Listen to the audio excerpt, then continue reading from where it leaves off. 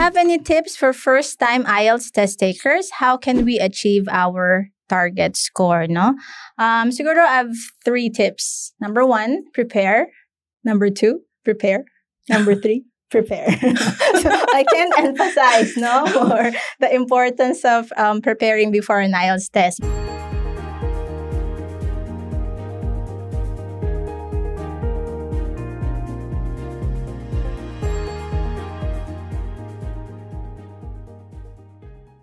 Hello, everyone. Welcome to IDP's Campus Conversations. I'm Hannah, the IELTS Senior Operations and Business Development Manager.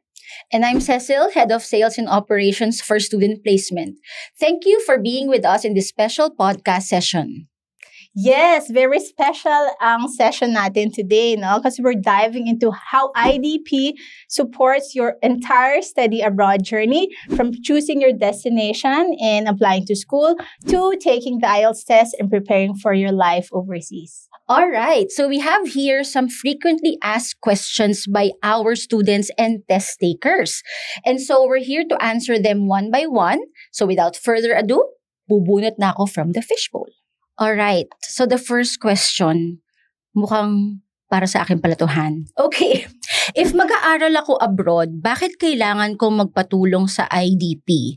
Hindi po ba pwedeng ako na lang mismo ang mag-process ng application? Well, the basic answer is, technically, you can do so. But generally speaking, there's a lot kasi of requirements and there's a lot of details involved in the whole study abroad process. So if it's better that you seek assistance from a reputable education agency. And that's why IDP is here, diba? Our services are free. We have certified and equipped and well-knowledgeable counselors who can help you throughout the study abroad journey. From making sure that your qualifications are fit with those requirements of the institutions, from choosing the right destination, right program, and also making sure that all your application requirements are complete up to the visa and pre-departure. Okay, so it's my turn. Yes. Okay, ang next question natin, why is IELTS such an important part of the study abroad journey? Okay, nako, very pang Miss Universe ang atake, no? Okay, so IELTS is a language requirement for most visa applications and school admission. So as you plan and prepare for your, all your documents, you also have to ready yourself to take the IELTS test. Now, usually the institutions will require a certain band score.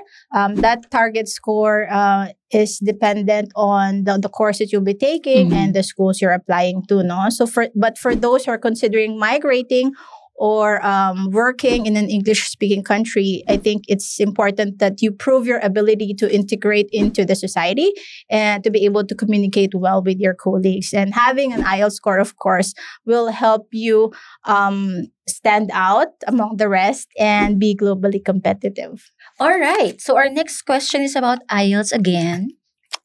Hannah, they're asking, are there any alternative to IELTS? Alternatives. Yes, meron naman. IELTS is trusted by more organizations, like 12,000 organizations in 140 countries across the globe, no? So, with many supports available online, like we have downloadable ebooks, we have IELTS by IDP app, we have masterclass, info sessions. Sa dami niyan, di ba? So, saan ka pa? Siyempre, IELTS na. True. Sige, next is... All right. Okay, so our next question is for Cecil here. So ano pong country ang maire-recommend nyo para sa mga gustong mag-aral abroad? Of course, I will recommend the countries that we send our students to, diba? There are 6 technically. There's Australia, New Zealand, Canada, UK, Ireland, and the US. There's a lot of countries available to actually study overseas, no? But for those who are really accepting of students now and those who are really known in the global, in the world, who really are accepting of international students, then those 6 countries are. Okay. That's nice. Okay, so next question. we have an interesting question here. Para sa akin pa din. Okay. Can IDP still support me after they send me abroad to study? Definitely. Alam mo naman yan, Han, di ba? So, we usually, before the students leave, they have this pre-departure support. Mm-hmm. So, we talk to them, we talk to their parents, their sponsors, we prepare them before they actually depart. Once they reach their destination countries where they will study, we have onshore support. Onshore support meaning we have colleagues from IDP who are also there they can reach out to. Alternatively, the support does not end there. Usually our students, and this is a fact usually our students, kahit nandun na sila overseas, kinokontak pa rin nila yung counselors nila. Kung sakali man na kunwari lang, nakaalis na yung counselors nila, then what they do is they still reach out to the office where they were assisted. And sometimes even the parents and the sponsors reach out to us. So talagang matagalan yung support system until nga makagraduate pa sila. And we have students who are even contacting us, telling us of their status right now, kung ano ng trabaho nila, what they're doing. So, yeah. Alright. Naubos na. Oo nga eh. Next question. I think this is for me. So, do you have any tips for first-time IELTS test takers? How can we achieve our target score, no? Siguro I have 3 tips. Number 1, prepare. Number 2, prepare. Number 3, prepare. So I can't emphasize, no, more the importance of preparing before an IELTS test. But seriously, to elaborate more on that, no? So tip number one is to really take the IELTS test seriously. So make study plans. You assess your current English level skill, diba? So you can join IDP IELTS Monday mock test, or you can sit in for a free IELTS trial test. So that will allow you to understand where what level is your English is at the moment, diba? So, and then you can find out what you need to improve on. Number 2, be familiar with the test format. I think it's important to know what's going to happen in test. There's LRWS. So there's listening, reading, writing, and speaking. So try to find out the types of questions that are going to be asked. Understand how your test will be marked so you would know how to really prepare yourself and improve your skills by practicing often. And lastly, on the test day, make sure you prepare everything, diba? So you have everything you need. Be early at the venue, don't be late. So you have time to relax and focus and really give your best, no? Hopefully, it's just one take. But if at the end of it all, you probably miss one band score, no? There is what we call one skill retake, and that will allow you to retake one type of one part of the test, or one skill, and hopefully if you focus on one skill only that you need to improve on, kaya na siyang ipasa. Okay, so there you go. Okay, so one more question. Konti na lang to. Alright, sige, let's do it. Go. Alright, question number 7. Gaano po katagal ang buong process ng pag-aaral abroad? Kung magsisimula po ako ngayon, kailan po ako makakalipad? Sa totoo lang, it's a case-to-case basis. Alam naman natin yan because different destinations would have different timelines. For example, Canada and US, they have only technically 2 major intakes. Pero of the 2 major intakes or commencement dates or semesters, yung pinakamalaki would be fall. Fall is in September. And there's an application duration for that fall intake, di ba? So, ang application duration is the prior year. If you're studying in September, then application season for that is October of the previous year.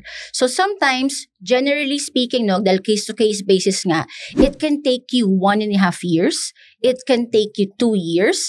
But the shortest is it can take you 6 months. As long as, number 1, you're complete with your requirements, you're ready with your funds, and technically, all of your grades are also available and readily hard copy printed na siya, di ba? Para talaga mabilis siya ma-submit sa school. Plus, of course, you are prepared mentally, emotionally, and physically to also leave the country. Kasi pwede naman bumili sa mga bagay kapag ikaw talaga mismo as a student is prepared. All right. So question 8, what are the different IELTS test formats? Which one would you recommend to first-time IELTS test takers? Okay, so I think related ito sa earlier question natin, no? So IELTS offers 2 test formats. There is IELTS on computer and IELTS on paper. Now, even if you are a first-timer, you can choose either format.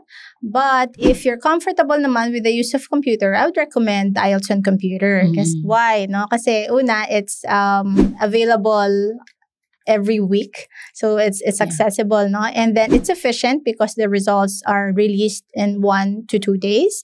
And I think third is, you get to help the environment kasi you reduce the paper wastage, diba? True. So take note na there are centers kasi na hindi available yung IELTS on paper. So it's IELTS on computer, no? And I think best to choose na lang din IELTS on computer because may one skill retake na available for that. Unfortunately, for IELTS on paper, it's not yet available. So, go for IELTS on computer.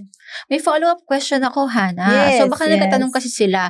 So, if every week meron ang computer, diba? IELTS on computer. For the paper-based naman, every 2 weeks or every month, diba? Meron tayo? Meron every month, but there are like other provinces where we offer it like once a quarter. So, it's not always that frequent, no? So, that's why I was rooting for the IELTS on computer. But of course, it is still available. You just have to choose the next schedule that is nearest you. Okay. Question number 9. Sa'yo pa rin, Oh, Hana. no. Okay, the next question is, required po ba mag-review center para pumasa sa IELTS? Okay. Required ba? No naman, no. It's not a requirement. But if you're the type who needs preparation like, classroom type, you need one-on-one sessions, you can focus on self-review alone, diba? So, I think it is wise to look for a review center that can cater to your specific needs, diba? So, if you're asking if there is like one recommendation only, I can't recommend one kasi maraming review centers that are affiliated with IDP IELTS.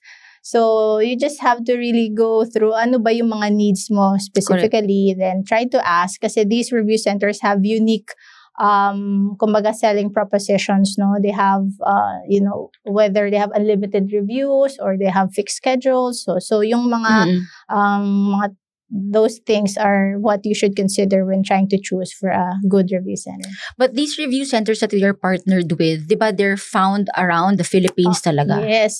Many have branches as well across the country, no? Good. But they're available Luzon, Visayas, Mindanao. You can just choose. Good. Okay. Question 10. Where are your offices located? No? So I'll go first. Our main test center is located in Pasig, which is at Marco Polo, and we have one in Cebu, which is at the Keppel Center, no? So, yung mga IELTS labs or testing facilities kasi there are across the country and the complete list is found on our IDP IELTS website. So, currently, we have 20 IELTS on computer labs. You just choose whichever lab is nearest to you. Yeah. Super SP. Okay, so for student placement naman, of course, we have 9 physical offices and 1 virtual office. So we have 3 here in NCR physical office. That's in Makati, in Quezon City, here in Quezon City, and another one, the main branch talaga natin is in Pasig or Ortigas, diba? We have 2 in North Luzon. So 1 is virtual, 1 is physical in Baguio naman. And then we have 2 in Visayas, Cebu and Iloilo. And we also have 2 in Mindanao. There's Davao and Cagayan de Oro. I forgot one more. We have 1 in South Luzon, Batangas, of course. So yeah. Ako na pala. Yes, okay. your turn. Last two. Ayan. Mukhang para sa atin itong dalawa. Sige. Mauna ka na. Sige. Oo nga eh. Okay. Can you share one success story from a student? Paano ko ba ito sasabihin? Sige. Disclaimer, hindi ito eme. Di ba yung mga terms ngayon ng ating mga Gen Z na ba? Or ano ba ang generation na ngayon? Alpha? Hindi ko na rin alam. But anyway, hindi ito eme, no? But there's really a lot of memorable moments for me. Since I started with IDP, oh my gosh, from parents to students to sponsors, pag pre-departure sessions, talagang sobrang dami. Pero siguro if there's one that's been standing out for me is yung isang case of a student. Syempre, I won't name names. Hello, privacy. So, meron student, imagine, her parents are, so the dad or the papa niya is a tricycle driver. And lumapit siya sa atin. Sabi niya, Miss, ito lang po talaga yung trabaho ng papa ko. Pero yung mama ko, meron po siyang pag-aaring lupa. Pero gusto ko po talagang maiahon yung pamilya ko at gusto ko, magaling po ako sa culinary. Kasi nagluluto talaga siya ever since, nung bata pa siya.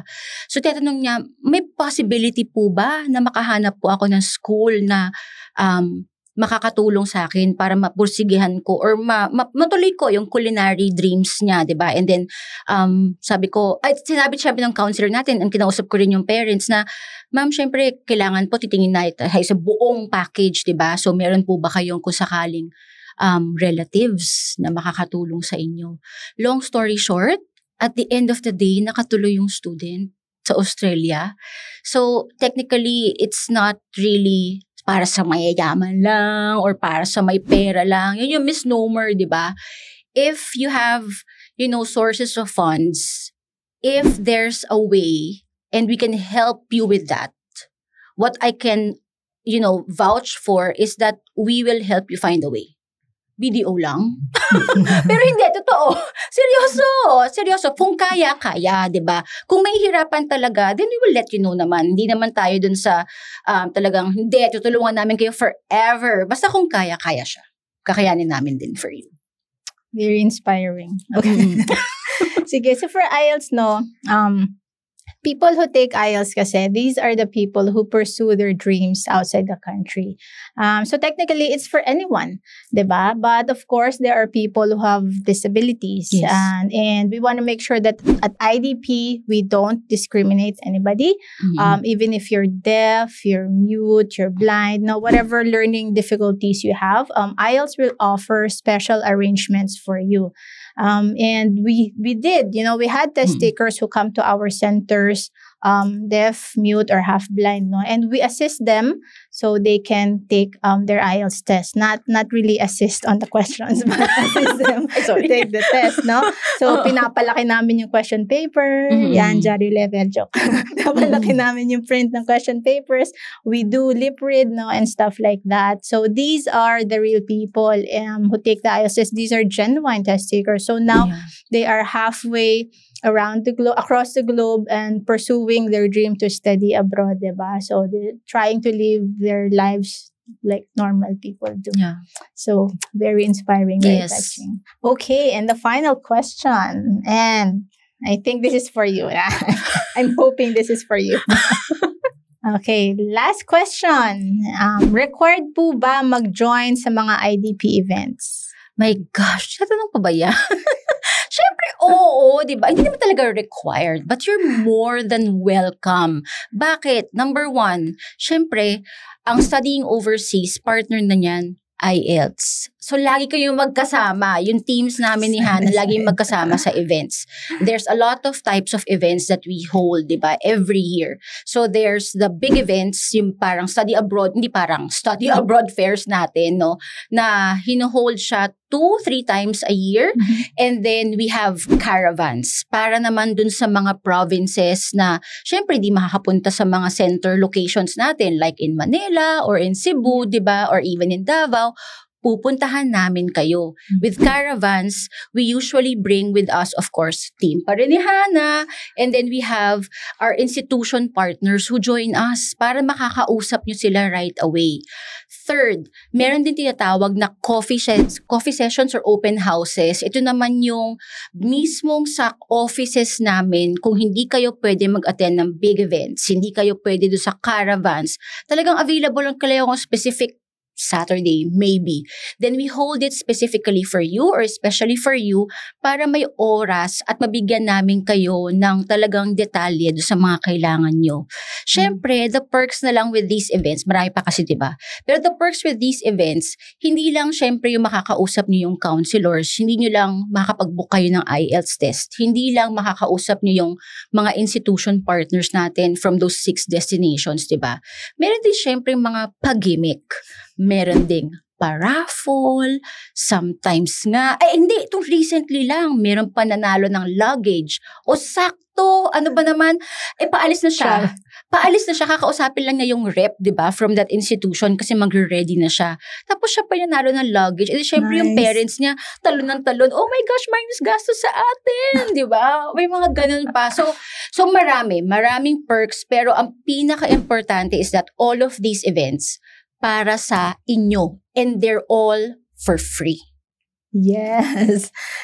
Side by side parate IDP IELTS. 1,000% agree with Cecil on that. No? So, syempre pag nandiyan IDP, expect mo nandiyan din si IELTS. Okay? Yes. So, as she mentioned, there are a lot of perks attending these types of events. May mga discounts. So, when you book your IELTS test right then and there, diba? So, you get straight out discounted test fee. No? So, abangan nyo guys any events that we're gonna hold kasi why not, diba?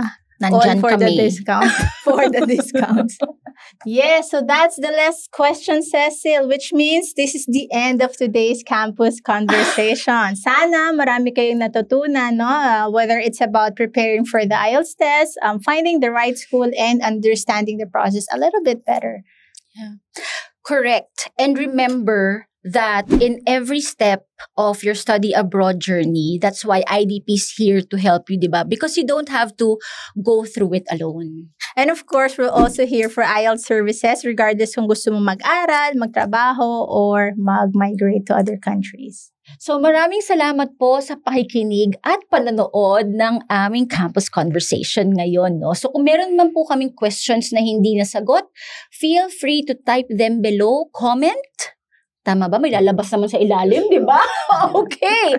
And of course, we will get back to you and answer them. And while we're at it, don't forget to like this video and subscribe to our channel and tune in to our next Campus Conversations.